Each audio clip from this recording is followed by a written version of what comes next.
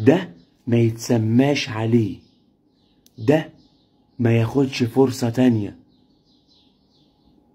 هو النادي الاهلي لا تسمي عليه ولا تديله فرصة تانية.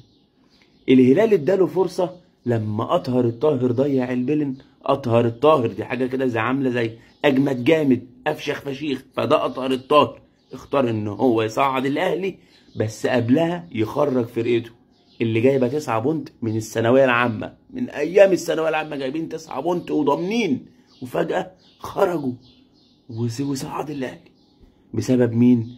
بيلن شوطه هيشوطها اطهر الطاهر. اختار هو كده، تمام، الناس دي مالهاش ذنب، قشطه.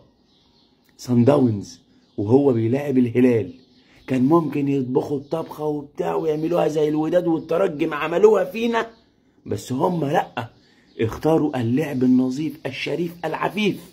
صفحه بيضه يا جدع، علشان ده لو جالنا تاني هنكسبه، اصل ده ابو 5 فمش هيفرق معانا، مش مرعب يعني.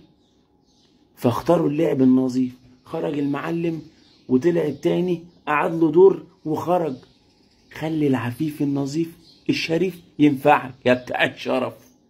ده ما يتسماش عليه، ده ما تديلوش فرصة تانية، ده ما تديلوش حاجة أصلا، لأنه لو كمل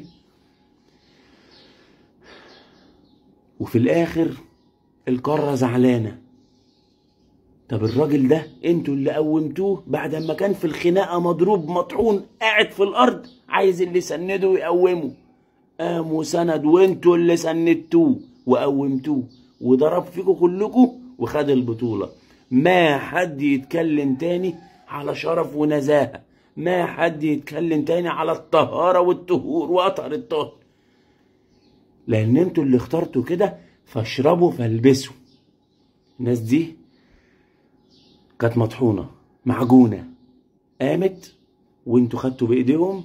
اتفضلوا خدوا البطولة وانتوا بره كلكم، فما عادش يتكلم تاني بقى.